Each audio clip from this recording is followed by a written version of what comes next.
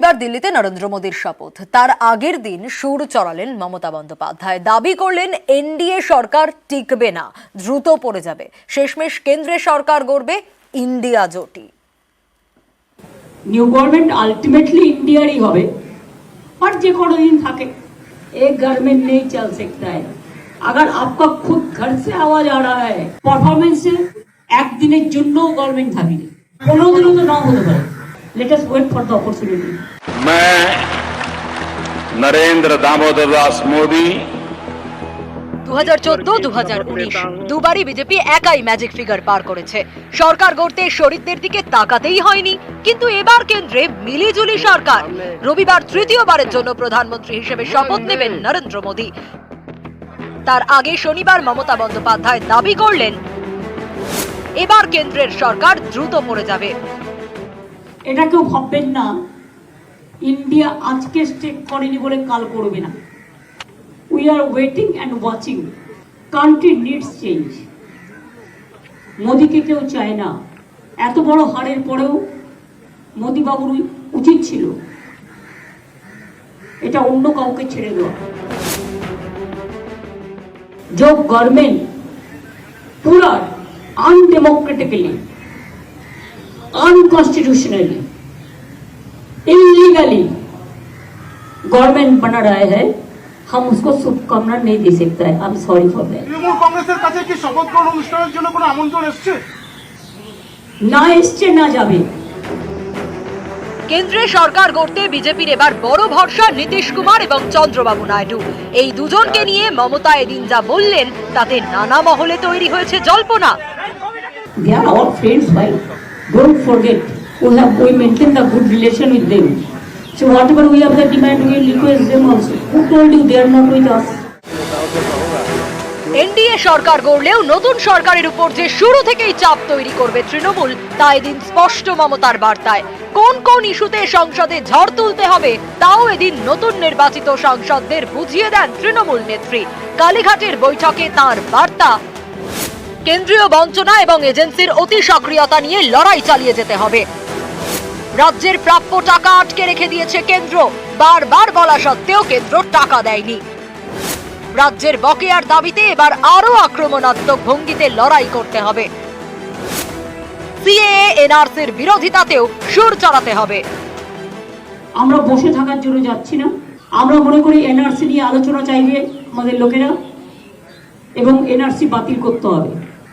NRC cab, uniform civil code যেগুলো কাজ জুড়ে পাশ করা হয়েছে। নিউজ 18 বাংলা। লোকসভায় কি এবার বিরোধী দলনেতার আসনে রাহুল গান্ধী? কংগ্রেস ওয়ার্কিং কমিটিতে সর্বসম্মত প্রস্তাব পাশ। রাহুলের উপরে সিদ্ধান্ত ছাড়ল সিডব্লিউসি কংগ্রেস। সংসদীয় দলের চেয়ারম্যান সোনিয়া গান্ধী। আর এই বিষয় নিয়ে আরো বিস্তারিত জানবো। মৈত্রেয়ী আমাদের প্রতিনিধি রয়েছেন আমাদের সঙ্গে। মৈত্রেয়ী, শেষ পর্যন্ত কি লোকসভায় বিরোধী দলনেতার আসনে দেখা যাবে রাহুল গান্ধীকে? দেখো, এখনো পর্যন্ত সিডব্লিউসি তরফ থেকে যে প্রস্তাব পাশ হয়েছে সেখানে কিন্তু রাহুল গান্ধীকে বিরোধী দলনেতা হিসেবে বেছে নিয়েছেন তারা, এবং তারা যেটা চাইছেন যে কংগ্রেসের তরফ থেকে শুধু নয়, ইন্ডিয়া জোটের তরফ থেকেও রাহুল গান্ধী হোক বিরোধী মুখ, এবং নরেন্দ্র মোদীকে লোকসভায় তার বিপক্ষে থাকুন রাহুল গান্ধী নিজেই। এবং সেই কারণেই কিন্তু আজকে সিডব্লিউসি তরফ থেকে সর্বসম্মতভাবে বিরোধী দলনেতা হিসেবে রাহুল গান্ধীর নাম প্রস্তাব করা হয় এবং সেই প্রস্তাব পাশও হয়। যদিও এখনো পর্যন্ত রাহুল গান্ধী তিনি সম্মতি জানাননি। তিনি সম্মতি জানালে তারপরে ইন্ডিয়া জোটের অন্যান্য সদস্যদের সঙ্গে কথা বলা হবে এবং তাদেরকে কনভিন্স করার চেষ্টা করা হবে যাতে রাহুল গান্ধী হন বিরোধী দলনেতা। বেশ মৈত্রেয়ী, एक बार फिर राहुल जी को कहा जिम्मेदारी लेने के लिए, क्या वो लोकसभा में जिम्मेदारी उठाएंगे आपको लगता है? अब वो वेट एंड सी। प्रधानमंत्री का लोन लेंगे, उस पर क्या कहेंगे? अरे वेट एंड सी बोले तो क्या, हमारी लीडर फिर से सीपीपी लीडर बनी और हमको मार्गदर्शन करते रहेगी, और इससे बड़ा क्या हो सकता है। इंसान पार्टी के लिए पूरी अपनी खुशियां छोड़कर पार्टी की सेवा कर रही है, तो इसलिए मैं तो उनको सैल्यूट करता हूँ। ऐसे उनके तकलीफात में भी देश के लिए वो पूरी ताकत लगा रही है। 24 লোকসভা ভোটের জয় উদযাপন হবে 21 জুলাই, ঘোষণা তৃণমূল নেত্রীর। একই সঙ্গে তিনি সাবধানও করে দিলেন, কালীঘাটের বৈঠকে তার বার্তা, অতিরিক্ত আত্মবিশ্বাস দেখানোর জায়গা নেই। যেখানে তৃণমূল হেরেছে সেখানে ঝাঁপাতে হবে।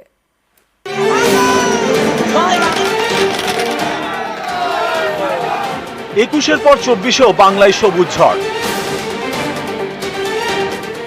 লোকসভায় তৃণমূলের সদস্য সংখ্যা 22 থেকে বেড়ে 29। আগামী 21শে জুলাই এই জয় উদযাপন করবে তৃণমূল। সবাই মিলে যেন শান্তিতে ঐক্যবদ্ধভাবে বাংলা যেভাবে আগে চলছিল সেভাবেই যেন চলে। আমরা এই জয়টা ডেডিকেট করব প্রতিবারের মতো 21শে জুলাই, কারণ ওই দিনটা আমাদের শহীদ তর্পণের দিন, ওটা জনগণকে ধন্যবাদ জ্ঞাপনের দিন।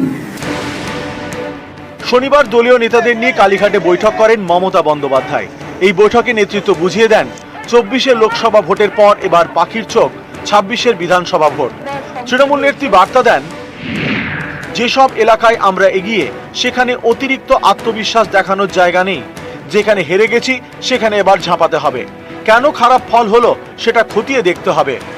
2019 লোকসভা ইলেকশনে আমরা 161টা সিটে অ্যাসেম্বলিতে এগিয়েছিলাম, আর বিজেপি এগিয়েছিল কিন্তু 121টা সিটে। এবারে অনেক জায়গায় মিথ্যে কথা বলছি বা খাওয়াচ্ছে। এবারে 2024-এর ইলেকশনে 192টা সিটে আমরা এগিয়ে আছি, যেটা আমরা ছিলাম 19-এ 161টা, আর বিজেপি এগিয়ে আছে মাত্র 90টা, যেটা আগের বারে ছিল 121টা। তৃণমূলের শীর্ষ নেতৃত্বের পাশাপাশি লোকসভা ভোটের প্রার্থীরা এবং জেলা স্তরের নেতারা এদিন কালীঘাটের বৈঠকে ছিলেন।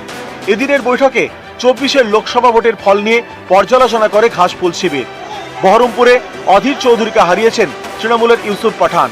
এ নিয়ে মমতা বন্দ্যোপাধ্যায় বলেন, ইউসুফ পাঠান জায়ান্ট কিলার, গোটা মুর্শিদাবাদ জেলাকে সাধুবাদ দিতে হবে। পাশাপাশি যেসব জেলার ফল খারাপ হয়েছে সেখানে এবার তৃণমূলের বাড়তি নজর। মালদার 2 লোকসভা কেন্দ্রেই হেরেছে তৃণমূল। এই জেলার কোনো বিধানসভা আসনেও তৃণমূল এগিয়ে নেই। 2 মেদিনীপুরের 16টি বিধানসভা আসনের 15টিতেই পিছিয়ে তৃণমূল। বাঁকুড়া জেলার একটি আসনে জিতলেও অন্যটি অল্পের জন্য তৃণমূলের হাতছাড়া হয়েছে। বিষ্ণুপুরে তৃণমূল প্রার্থী সুজাতা মণ্ডল হেরেছেন 5567 ভোটে। মার্জিনে এসে মানে কোথাও আশানুরূপ রেজাল্টটা পেলাম না, এটাই আর কি দুঃখ। মেনলি দলের কিছু ন্যাক্কারজনক নেতারা তারা পারফরমেন্স দেয়নি। বিষ্ণুপুর কেন্দ্রে সুজাতার হার নিয়ে এদিনের বৈঠকে মমতা বন্দ্যোপাধ্যায় বলেন, সুজাতা অল্প ব্যবধানে হেরে গেল, ও কিন্তু দারুণ লড়াই দিয়েছে। বাঁকুড়ার প্রার্থী অরূপ চক্রবর্তীর বিষ্ণুপুরের দিকে নজর দেওয়া উচিত ছিল। একজন শুধু আমরা লস করেছি, তাকে জোর করে হারানো হয়েছে 2-3 হাজার ভোটে, এবং সেটাও ইলেকশন কমিশনের দয়ায়। 3-4 সিট আমাদের হারানো হয়েছে। যেমন আপনারা যদি মেদিনীপুর পূর্বের রেজাল্ট দেখেন, টোটালটাই লুট করা হয়েছে। ডিএম চেঞ্জ করেছে, আইসিপিও চেঞ্জ করেছে, পুলিশের সেন্ট্রাল ফোর্স দিয়ে টোটালটাই রিপ করা হয়েছে। মনে হচ্ছে যেন একটা আইসোলেটেড লুটেরা দ্বীপ তৈরি হয়েছে লুট করবার, টাকা পয়সা থেকে শুরু করে জনগণের ভোট। শনিবারের এই বৈঠকেই সংসদের নেতা ঠিক করেছে তৃণমূল। লোকসভার দলনেতা সুদীপ বন্দ্যোপাধ্যায়, ডেপুটি লিডার কাকলি ঘোষ দস্তিদার, মুখ্য সচেতক কল্যাণ বন্দ্যোপাধ্যায়। রাজ্যসভায় তৃণমূলের দলনেতা Derek O'Brien, deputy leader Sagarika Ghosh, মুখ্য সচেতক নাদিমুল হক। নিউজ 18 বাংলা। লোকসভা ভোটে বাংলায় বিপর্যয়।